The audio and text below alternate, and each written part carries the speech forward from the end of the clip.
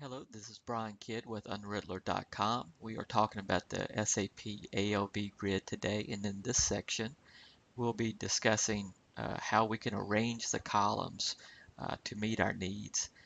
This is a kind of a teaser as to what we're going to be talking about later in the course, but I want to show at the very beginning how easy it is to move the columns around. We'll see how to do this through the change layout dialog, but in this section I'm going to use the screen and make the changes directly on the screen. As you can see here, I have the posting date, the cost element, and the cost element name.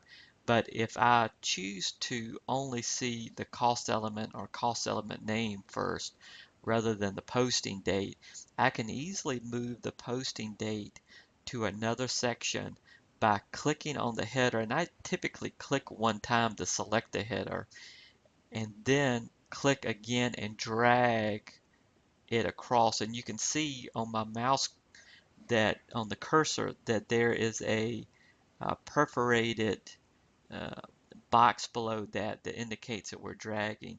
And you'll also see the red line currently between the cost element and the cost element name that basically shows me if I were to drop this posting date column where my mouse cursor is now, it's going to be between the cost element and the cost element name.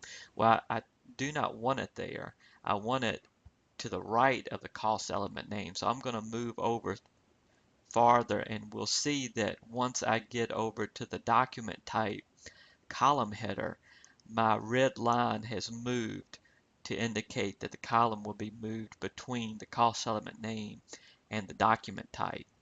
So based on that, that is where I want it. So from there, I'm going to simply let go of the left mouse button and drop it there. So after doing that, you can see that I've actually moved the posting date over to another part of the report where I would prefer having it. I'm going to show that one more time. Let's say that I've made a mistake and I actually do want the posting date first. Again, I click on the mouse, click with the mouse on the column header, and then from there I click again on the column header, but instead of just clicking once, I click and hold down. And while I'm holding down, I drag over to the place that I want it. And although I don't see the red line there, by default, the column will be dropped wherever the mouse cursor is, the column that the mouse cursor is currently hovering over. It's going to drop that column to the left of that. So because I'm on the cost element column and dropping it, it's going to put the posting date to the left of the cost element column. So let me drop that, and you can see again that I have now moved the column to the location that I want it. Now, uh, it's nice that we have the cost element and the cost element name here, because there may be times that we want to move two columns together.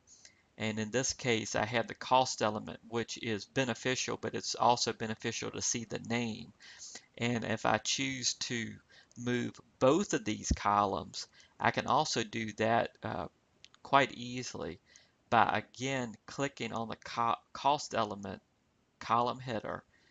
But here, instead of clicking once, releasing, and then clicking again to move that single column, I'm going to drag over from this cost element to the left by holding down the left mouse button.